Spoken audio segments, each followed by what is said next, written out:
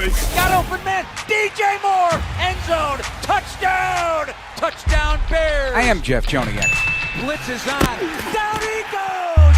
Brisker. What was it like playing for Coach Ditka? I don't want to answer any questions like that. Pressure coming. He's in big trouble. Down he goes. Montez Sweat.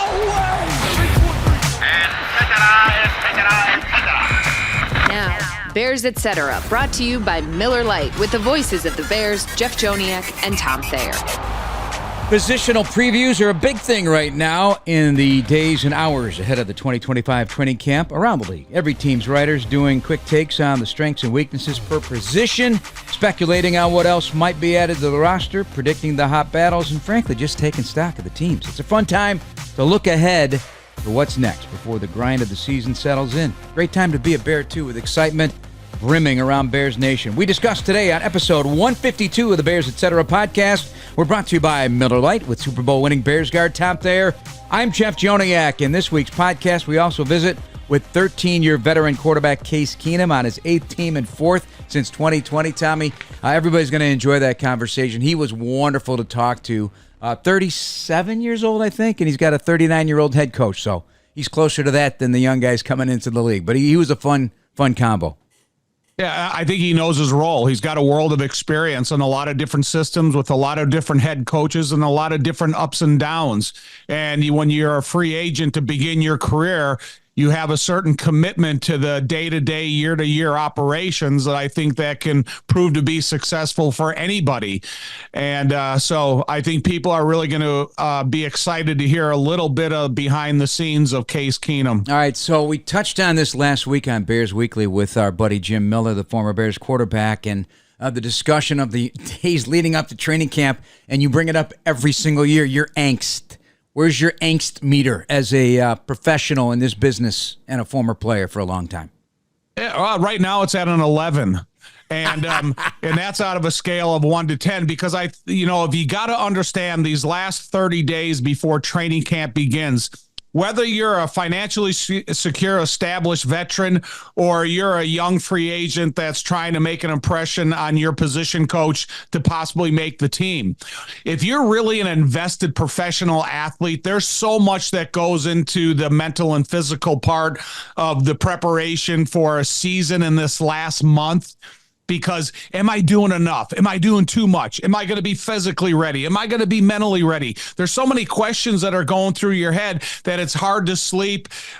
You just have to make all these determinations if you're doing enough in order to play your role in making a really a limited roster. When you think of a 53-man roster on game day, it's not a lot of bodies, and you're talking about 100 guys per camp. There's a lot of what is on your plate in order to impress the coaches. Does it make a difference in your mind because of the constant change that the Bears have had at the head coaching position in recent vintage, but you played for one coach basically before you moved on to Miami and Don Shula, but did that make a difference because you knew what to expect from Mike Ditka and the challenge of it? And are these guys wondering what this is going to be like with Ben Johnson? Listen, and after they got rid of Mike Ditka and they brought in Dave Wanstead, and Dave Wanstead, all the head coaches, they want to get rid of as many guys as possible because they want to bring in their personnel. They want to bring in the players that they need at certain positions. And so as an established veteran in the NFL at the end of the Mike Ditka era, I was more concerned for my future than I was the confidence in my past. And, I went through George Allen to Frank Kush in the USFL. And then I went on to Mike Ditka. And so, there's a lot of challenges that come in a player's career that sometimes you don't know the answer to it until that cut day, that final decision where you get that call saying, hey, the secretary wants to see you. And I've got him, and a lot of other guys have got him. I can't imagine that conversation with a guy like yourself, as intense as you are. I wouldn't want to be in that room. I mean, I'm sure you didn't say much. I didn't say much, and I walked out. It's not like today where they have the media waiting for that death march of the guys that are getting cut. Old Hallis Hall, you could walk up to the front door, open it, and, hey, greeting you face to face. And after I got cut and I was walking out of the coach's office and handed in my playbook, I jumped in, talked to some of the media, and then went about my business thinking where my next destination was going to be. Very, very hard. Very hard indeed. You know what I appreciate, and you don't like taking compliments of any kind for whatever reason, but how you've approached your nearly 30-year broadcast career now as a Bears analyst. You put in the same type of effort to get ready for a season. I know this. And it wasn't hard for you to do because the football is circulating through your veins, pumping that heart of yours for the love of the game. How important has it been for you to continue to approach it the same way? You're not lifting weights, but you're diving in. I have so much respect for the players and what it takes to do to be prepared on day one of a training camp. I have so much respect for the players that are leaving training camp with their body and their job intact. I have so much respect for the head coaches and the assistant coaches for the commitment they've made to themselves and to their families because they know that they're getting ready to work 16, 17 hours a day for 7 months for 7 days a week. And I understand the behind the scenes, whether you want to talk about Tony Medlin and his equipment staff, to the whole video staff and how hard they work, and just every single element of a football organization. A lot of people don't understand the 60, 70-hour work weeks they go through. And they're only too happy to do it. It's the love and passion for this sport, man. And right? like you and I. Yeah. It's the same thing. That's why we've super fortunate to have to be on this end of it for a long time. Are you lifting weights, Tom? Are you doing anything these days? Now you got this, you got the new knee, you got the hips, come on. What do you got going? I do. So I started I wanted to go, what could really reignite me to flip that switch back on? So it started something with as simple as doing sit-ups and doing some curls. All right. And then I see where else it takes me, because I have a set of dumbbells and a nice adjustable bench here in my living room that it's hard to pass up. So yeah, I'm fat, but at least I'm getting less fat. That's good. Can't wait to see the new Tom Thayer for 2025. No. Oh, yeah, indeed. This podcast brought to you by Miller Lite, the official beer partner of your Chicago Bears. Tastes like Miller Time, Chicago. Go to MillerLite.com/BearsPod to find delivery options near you. Celebrate responsibly. Miller Brewing Company, Milwaukee, Wisconsin. 96 calories and 3.2 carbs per 12 ounces. Okay, so Tommy and I have come up with, we're not going to go through every position group, but by virtue of our discussion, you never know where we're going to go. But we're going to start with some of Tom's choices as the most competitive battles, and they may surprise you. I don't know. They may surprise you. Things on one hand look, rather simple when you look at the roster, but then, it's a new coaching staff, so you never know. We're going to start with a running back room, which I do think is fascinating. Not only because of how Ben Johnson wants to run the football, or we presume how he wants to run the football, and like he did in Detroit, not sure it'll be the same exact replica of the running attack, but that coach that's there helping out, and that's Eric Bieniemy and Dan Rochar, the offensive line coach. Last year, Tommy, the Bears ran the ball 40.5% of the time. That was 25th most in the league. Only 5.1 rushing first downs a game. That was also 25th. 402 a carry. That was 27th. 25th in rushing yards at 102. So a big boost is looking forward to what this will look like in 2025. Outside zone, dirty yards, all that stuff. How are you breaking this thing down? So when I was a young guy, my dad used to work on a lot of car engines. And one of the last instruments he used to use was a timing gauge, where when all the pieces were put in place and rebuilding an engine, you had to have everything timed up perfectly for that engine to run perfectly. And to me, the running back is kind of like the timing gauge of an offense. Because when you talk about the running game, how they work their relationship with the offensive line, play action passing, their involvement in the blocking scheme on third downs and stuff. I think when you look at that position, you can't overstate the importance to that position being good for the overall success of the entire offense. Time moves fast, but DeAndre Swift he's just 26 years old. And he hasn't had a ton of NFL carries. It's gone up in the last couple of years, certainly with Philadelphia. And then 253 carries last season, 959 and 6 touchdowns. A career-high 1,345 yards from scrimmage. He's about explosive runs, Tommy. That's right in Ben Johnson's wheelhouse. They are hunting explosives, as we heard many times. And Swift had 3 touchdown runs of 35 yards or more. That was third most in the NFL. How do you see his role in this offense? Multiple. And I don't think there's any running back that is going to try out for this football team that can only be a one-role player. I think they have to be involved in all 3 downs. I think when you look at the creativity of a guy like Ben Johnson and how he wants to run this offense, he wants to keep the defense off balance with his personnel as much as he wants to be able to run everything with his personnel. So when you look at DeAndre Swift, everybody knows what a good runner he is. Everybody knows that he catches the ball very well. We see a lot of screens on of them, but when you talk about play action passing, I think you're going to give a running backs a lot more opportunities to catch the ball downfield. And if you get the right matchup for that running back against a linebacker or a defensive back that doesn't run as well, then you're talking about creating some really big plays. And then if you start finding an emphasis of that running back position, then it starts spilling out to everybody else, the tight ends, the wide receivers, and everybody else that can have offensive involvement. Right. No block, no rock. All right. That's for the receivers. Well, that's the thing for the receivers. But the thing that I always comes to mind when I think about the running back position and Ben Johnson is be willing to get the dirty yards. Right. And everybody can be creative and use their vision and have the innate ability to see how the blocks unfold. But when it's really down and dirty time, and the defense has their big run-stopping package in there, and it's 3rd and 1, and now you get the call, and you got to get contact at the line of scrimmage, but you need that, extra yard and a half to get it across the first down marker. That's when, I do think that you're going to make an impression on Eric Bieniemy and Ben Johnson. Do we read anything into the fact that in Ben's first year as offensive coordinator in Detroit, DeAndre Swift was with the Lions, and his career high 5.5 yards per carry?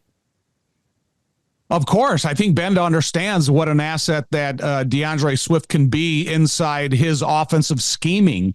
And then you look at the guys that are also in that running backs line and how they're going to increase the competitiveness of the position. So DeAndre Swift is certainly capable of doing everything that Ben Johnson is asking out of the running back position. But now, running back is probably a 3-headed monster. And so you got to make sure that DeAndre Swift, if he's the tone setter, then who else behind him is picking up the slack? All right, so let's look at that. Is this where your idea came that this is one of the most competitive position battles, is what's coming into that group then? Roschon Johnson, Kyle Monangai, Ian Wheeler, Deion Hankins, an undrafted from UTEP and Texas State, and Travis Homer in his 3rd year with the Bears, only 26 touches last season, but a special teams demon. Yeah, every one of these guys, they have a certain potential in their game, that the reason they're in the NFL. But now you have to see how they fit into this offense, and are they capable of doing multiple things? And so Roschon Johnson comes to mind, because I always think that being a really good blocker from the running back position in the NFL is one of the more difficult things to do, and Roschon is really good at that. And then just think, if you start feeding him some of those difficult short yardage carries, or maybe you set him up with some screens, or even the influence of play action. If he can come in here and, really surprise Ben Johnson, because, Ben Johnson has seen him playing for being a coach for Detroit, but he's never seen him as the head coach of the Chicago Bears. So I think, like when you mentioned Ian and Monangai and all these guys, they all have capabilities, but, how do they fit into the scientific approach of developing an offense? Yeah, 55 carries. That's it for Roschon last year in 14 games. Wheeler coming off the ACL. We talked to him last week, and what a great kid. He has his mindset on using that speed, but he admits that, he'd like to drop his pads more, needs to do that. And Hankins, undrafted, 59 college games and over 600 carries in his career, just like Monangai, over 600 carries, 5'11", 226. Monangai is going to get a ton of attention. He has the right mindset. He's just 5'8", but he is an outstanding pass protector, and he runs angry. That's already been seen. That's been seen on tape. Did a lot of damage in the Big Ten, Tommy. I guess he's one of the more intriguing players at training camp for me. He is, the running back position is the most intriguing position for me because there's always going to be a guy that surprises you. That's either a free agent or a low round draft choice. All of a sudden he gets in the NFL and his confidence builds day by day. Then all of a sudden he makes an impression on a coach and he starts being able to be included in maybe the special teams.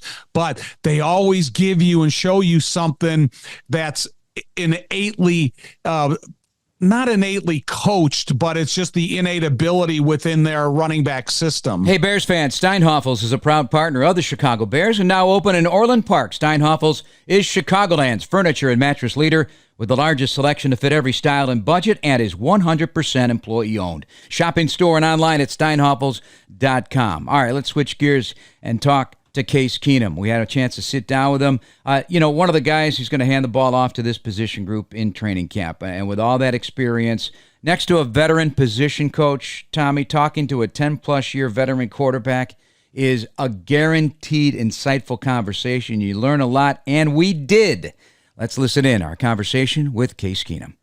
Can you just explain in simple terms what this journey's been like after being a record-setting passer at the University of Houston and now entering year 13 in the National Football League? An amazing journey.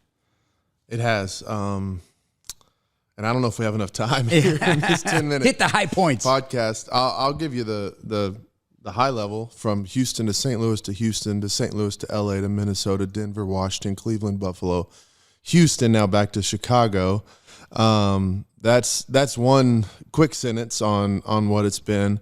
I could add that my wife is a logistical ninja. She's got the moving company and the car transporter and the all that on speed dial. Being a proud Texan, growing up a son of a Texas football coach, never thought I'd be anywhere but Texas. Going to Houston, University of Houston to school, to be able to live in all these great cities around the country and see the things that I've seen. And like you said, being an undrafted free agent, not supposed to have 1 year, going into my 14th year where, I don't know even what my stats are and how many games I've played, but man, it's really, really a gift from God to be able to be where I am today and to experience what I have experienced over the last 13, 14 years. It's been unbelievable. 80 games, 66 starts. Just so you know, I got it all at the tip of my fingers. There you go, I got it all. I also, yeah. now let me just throw this out there too, and please, this is out of respect.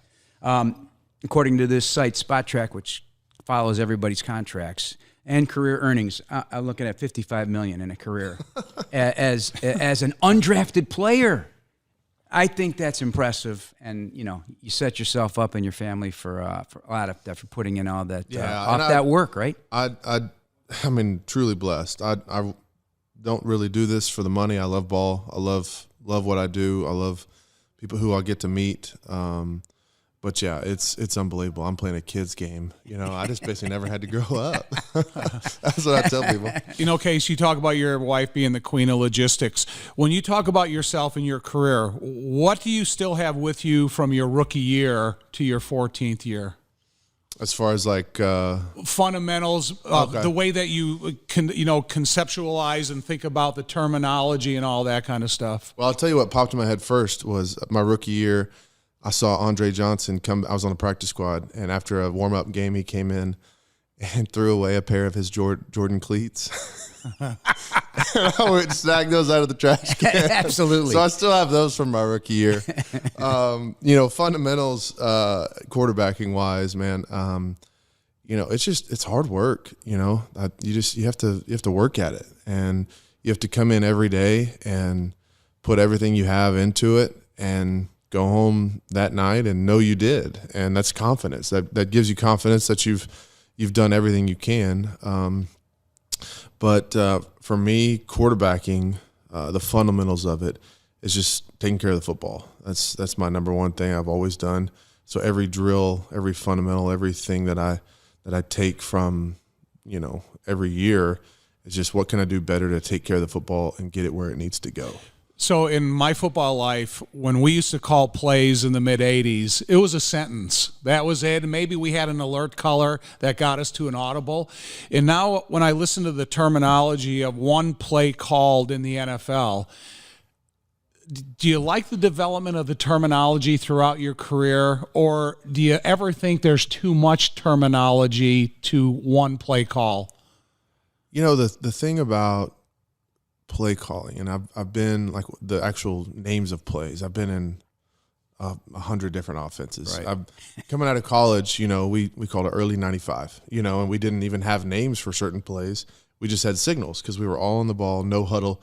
I remember being in TV timeout in college and like pointing at guys like, "Hey, you have this," and I would signal whatever our signal was for that route. You have this. You have this. Well, in the NFL, you just call those plays. And you just line up, you know, you tell the formation, and then you just tell everybody what they have, you know, X dagger, Y far cross, U shallow, halfback trail. And, you know, the thing that a lot of coordinators will get to do is they can call 2 to 3 different plays in the huddle. So you tell everybody what to do, where to line up.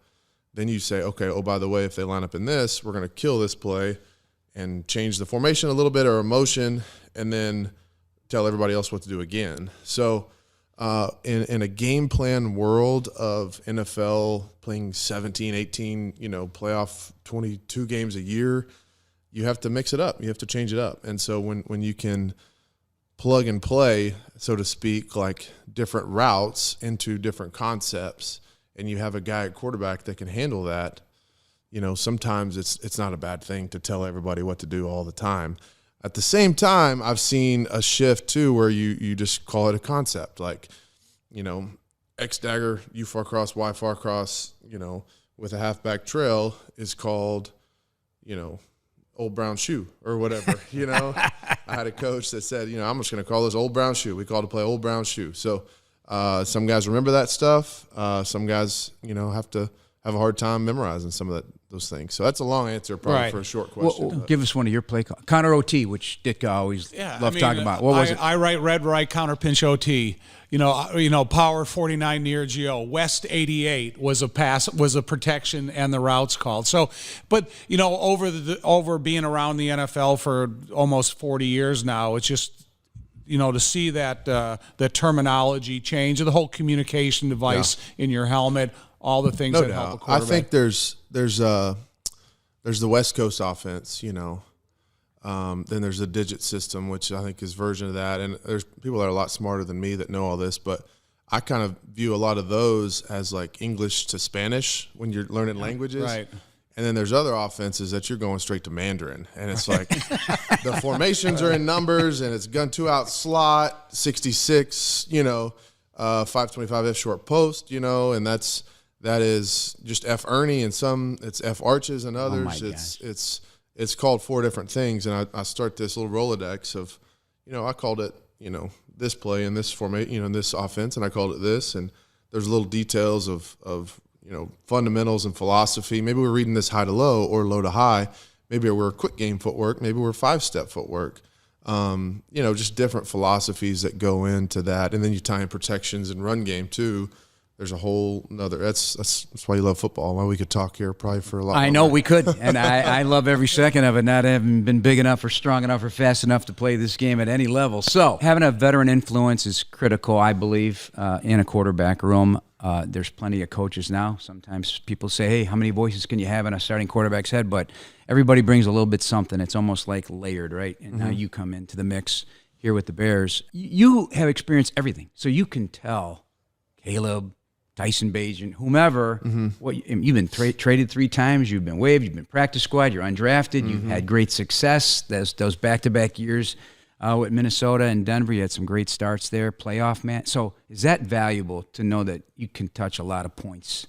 Yeah, I definitely think so. I think that's probably my greatest asset right now is experience, and having been in so many offenses, so many situations, so many playoff runs, so many – the opposite of that, not great years. So I know what good looks like. I know what not good looks like. And, man, I'm really excited for Caleb and his mindset. I haven't been here very long, but one, his talent level, obviously, and what he can do.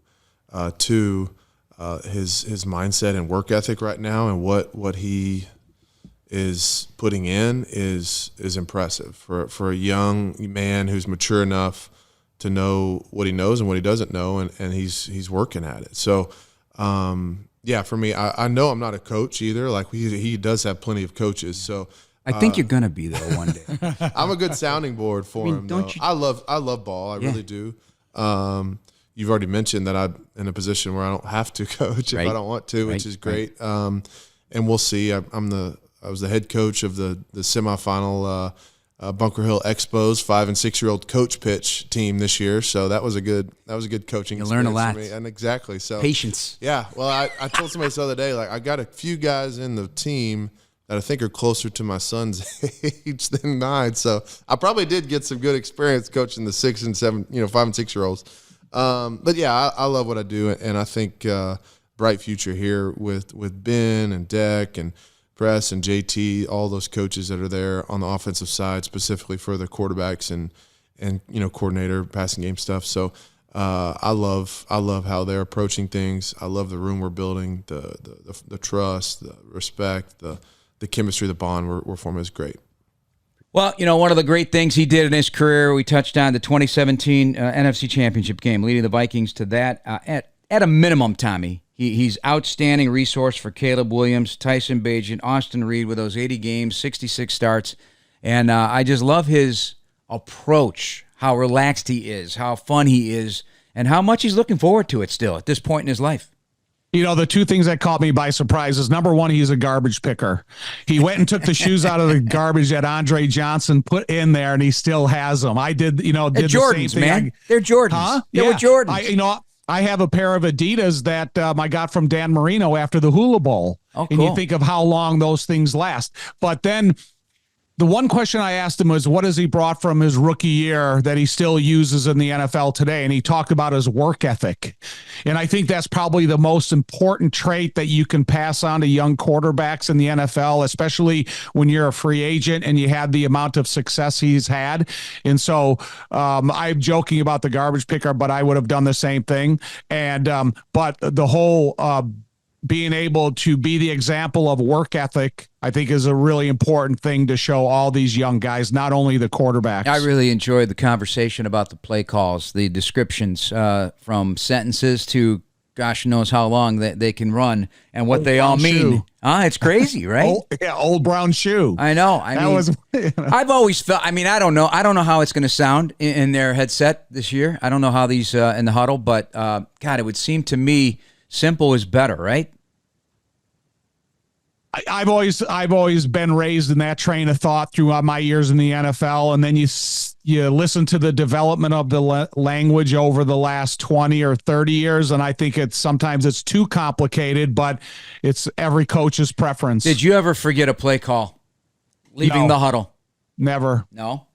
I had more. I just, the thing about it is when you're in the huddle and they call the play, you kind of think of your assignments. You think of who you're possibly working with. You look at the adjustment of the defense. And the main thing you can't do is do not forget the snap count, because there's a lot of times, okay, was it so-and-so on 2? Was it toss? Was it power 34 on 3? So it's about. Does that happen? Oh yeah. Yeah. And then, but we always had a language that I could ask Jay or I could ask Horn the snap count. What was it? We had everything from red, white, blue, Arapaho, Blackfoot, Cherokee. We had all these different ways of answering each other without ever giving a word or a signal. Because if it occurs to me that if you got dinged up on a play and you're trying to shake off that pain, and maybe your mind is not completely dialed in the huddle at that moment, you're just trying to see if you can line up against Reggie White again for another snap, that your mind might shut off. Yeah, it could, but one thing about having the luxury of hearing the same snap count and the same terminology for that many years, it's like you hear the first couple words out of the quarterback's mouth and you could finish the sentence for him. Oh, I'd be scared out of my mind that I had heard the wrong thing. I couldn't do it. All right, let's go to another position battle. Why you choose defensive tackle? A lot of additions up front, obviously, but the one big one garnering the attention is Grady Jarrett's addition, the big presence, the big personality, 3-year, $43.5 million deal, and he comes with a great cachet. But why defensive tackle? The reason these question marks came up is because I was trying to do my own depth chart before training camp started. And then I started looking at the defensive tackles and the variety of sizes, abilities, strengths, weaknesses, and concerns. And so, yeah, Grady Jarrett is that guy that's going to be first in line at the defensive tackle, that position. But then you got to think of, where is Gervon Dexter Sr. at? What is Billings going to do for this offense? Where is Zach Pickens? Then they drafted a guy that's going to come in. There's a lot of uncertainty about him at this point. And I do think that the importance of that position to the success of Dennis Allen, they got to be productive and they have to offer some of their own strengths on the inside of this defense. And, how are these guys, day one of the regular season, how are they going to line up? All right. Well, Jarrett with 152 games, 496 tackles, 36.5 sacks, 77 tackles for loss, and 125 quarterback hits, coming now a second year removed from an ACL. So he should be feeling his oats a little bit with a new team. This is a new experience. He's going to be dialed in and be a leader on that front. And an important year for Gervon Dexter Sr. You touched on it. You know what always got me about Gervon? First of all, the length. I love that size, and we've seen plenty of guys emerge in that category of being a 6'6", 6'7" defensive tackle and clouding the vision of the quarterback and being able to it's challenged to win that battle of leverage, but, that strength that he's added. He has a different body now. But what always has impressed me is his hustle. Backside pursuit downfield, a tackle running back who may have snuck through the defensive line. He's always had that gear, and I'm really looking for this. And it's not just him, but this third year, takeoff year, and I've touched on it so many times for Gervon Dexter Sr. I think he has a chance to become a star player. The thing about, I want to see him increase his versatility and used in multiple positions, because if you know exactly each time that you break the huddle where Grady's going to line up, where Gervon's going to line up, where all these guys are going to line up, then you have an understanding how to put your pass blocking scheme into the importance of where these guys are lined up. And so when you look at guys like Aaron Donald or you look at Chris Jones, they can line up over a tackle. They can line up in the gap in between the tackle and the guard. So I would like to see these guys, their versatility be used to line up in different spots. And I just think it can create confusion for the offensive line, but maybe expose these guys to what they're good at. Next to Andrew Billings last season, Gervon, really, things look good. There was an occupying aspect of it that he was dealing with. Billings is so strong, but he tore his pec, and things changed on that front. The run defense really wasn't as sharp, so that's something to keep an eye on, as well as pass, because he had 1 sack in the final 7 games last season for Gervon. All right, the rookie second rounder, Shamar Turner, comes with a reputation of being violent, nasty. We're looking forward to this in training camp, honestly, because his temperature runs hot. Yeah, but man, when you talk about Joe Tooney and Jonah Jackson, you're talking about really upgrading the competition you're going to go through on a daily basis, whether it 1-on-1s, 9-on-7 teamwork. And so now when you're a young college football player trying to prove that you belong, then your work ethic, the effort you give, the understanding of what your responsibilities and assignments are, you got to be able to be good at those things, or, you're going to be left behind. I'm not saying that's going to happen, but, we're still at that proving ground for this young man. And Zach Pickens, a big year, 3rd-round pick, 3rd-year veteran. I believe that groin injury really set him back last season, never got going. Yeah. Zach, we know that he's got the explosiveness, but, when you have a new coaching staff aboard, it's something that you got to prove it every day, every down, every drill. And 2 guys I'm really impressed with, additions. We got to meet him. Chris Williams, extremely active in his reps and productive. I don't know how many snaps he had. I don't have it in front of me, but he always did something. He always did something in a game. 3 tackles for loss, 3 sacks, 7 hits on the quarterback. And Jonathan Ford, short time with the Bears, off the practice squad of the Packers, played that week against the Packers, made his debut, had a tackle for loss, and in 4 games, he got my attention too. With a new coaching staff, I'm not going to dismiss anybody. You play hard, you play with your hair on fire, you're going to make the roster.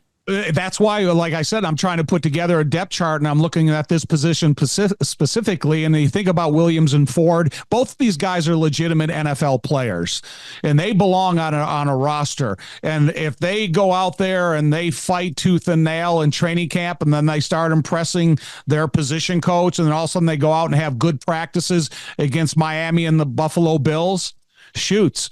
These guys, their name can be on the active game day roster as much as any guy that we just mentioned. And like you mentioned, let's not discount the likelihood, I would say, maybe, with Dennis Allen being creative up front, making things difficult for the opposing offensive lines to figure it out. We got guys like, Dominique Robinson, Dayo Adengbo, Montez Sweat could kick inside with Javon kicking out. I mean, there could be a bunch of that going on, too. Right. And, Daniel Hardy is a guy I don't think, even though they're going to give him a look-see at the linebacker position, he was super impressive throughout training camp last year. And, he could capture the attention to be a versatile player, both in a stance and on his 2 feet. We're brought to you by PNC, official bank of the Bears, and our aches, pains, or injuries keeping you on the sidelines. Athletico's movement experts are here to help you turn your setbacks into comebacks and create a personalized game plan for your recovery with no prescription or referral needed. Athletico Physical Therapy is where your comeback story begins. Athletico, proud to be the official physical therapy partner of the Chicago Bears. Let's turn to tight end. It's going to be a very big topic. The 12 personnel, the amount they used in Detroit, the addition of Colston Loveland, the 10th overall pick, to the senior member of the Bears roster in terms of Bears years is Cole Kmet, entering year 6, the dean of the roster here in Chicago. He's never missed a game. Number 2 among Bears tight ends in history in catches. Number 3 in touchdowns. Number 4 in yards. He's put together a career that's impressive already, despite the fact the Bears have not had a lot of success overall wins. I'm excited to see these two paired together. Are you? And how are you looking at this tight end position? I just think you need a long line of contestants for the tight end position. You got Carlson, you got Durham Smythe. So you got a lot of guys that are going to be fighting for playing opportunities. And when you look at what Colston Loveland is bringing aboard in terms of his catch radius, his ability to play outside, play inside, the more time he gets in a stance, I think you're going to see this guy quickly develop. He's played for a really hard coach already in college when we talk about Harbaugh. And so I think he's got a lot of things, a lot of traits, a lot of experience on his side as a young guy. And when you look at Ben Johnson, the way he likes to use this position, I just think it's going to be one of the more competitive positions out there from the very first day.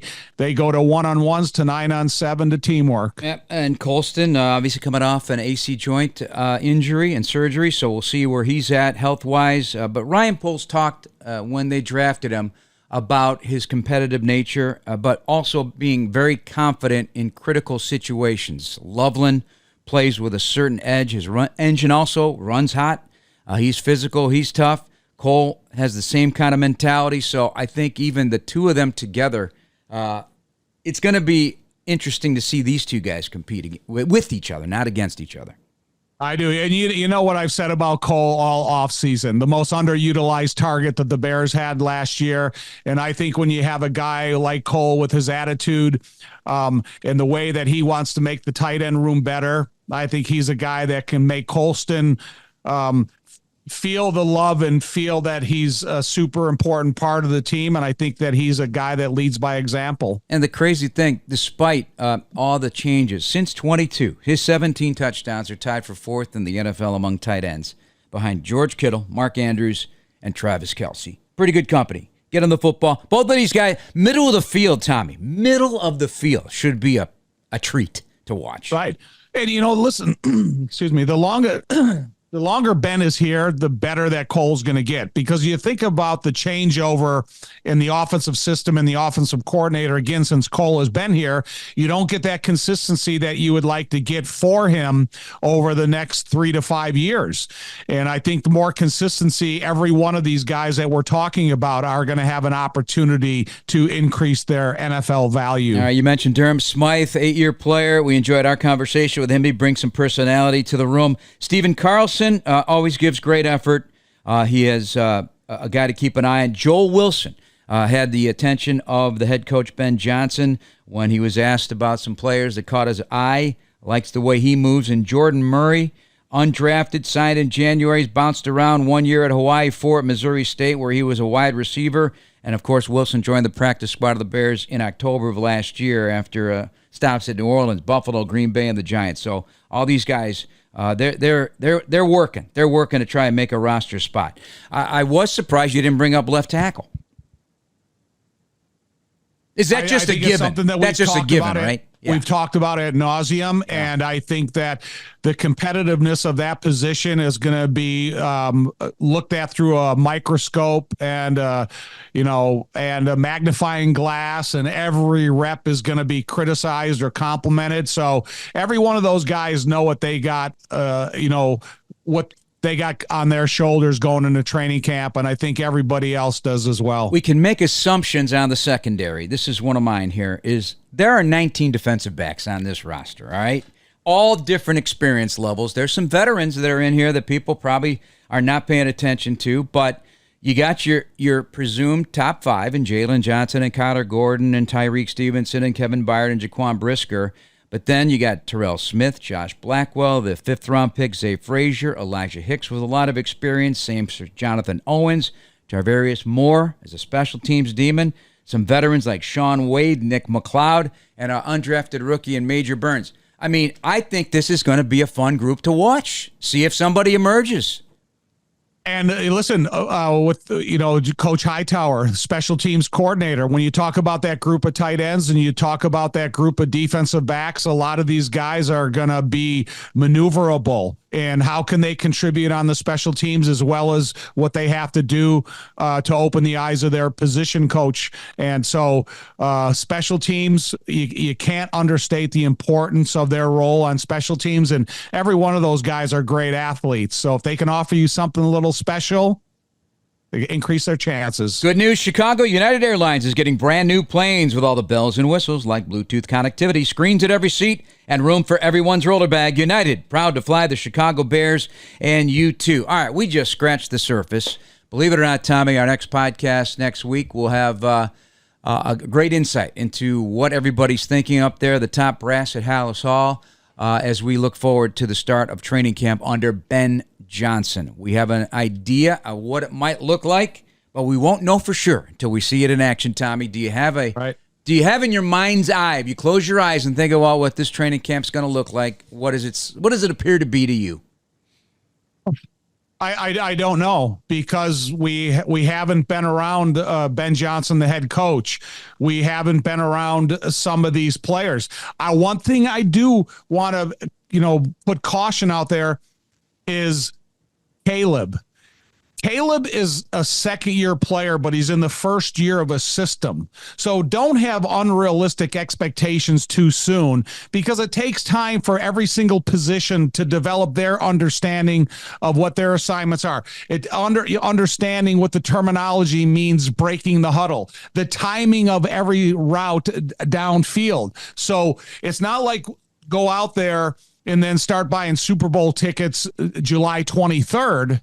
Let's have some patience, and we'll evaluate and look at where things are maybe 10 to 14 practices into training camp, and we'll get a better understanding what's going on. Yeah, and matchups against Buffalo and Miami and Buffalo, I guess, in that order, that also should create quite the edge. It's going to be great for training camp. I was hoping to have one team for 2 practices, but now as I've had time to dwell on it, I like the 2. It's just like a game week then. You're preparing for something different. It's challenging you in a different way against 2 good defenses. Miami's defense was highly ranked a year ago. And again, we're not talking – the starters are going to face the starters in those practices. So it's going to be a lot of fun. We know what Buffalo's like defensively as well. Well, when the coaches get together, they have a great opportunity to script the plays, the defenses, the different elements of the game where they want to see, and that they can have it predetermined so they know what to look for and how things are coming along. That's going to do it for us. We're brought to you by PNC, official bank of the Bears, and we're brought to you by Miller Lite. For Top there, I'm Jeff Joniak. Thanks for listening, everybody. Please subscribe now to the Chicago Bears official app, Apple, Spotify, YouTube, or wherever you get your podcasts. Bear down, everybody.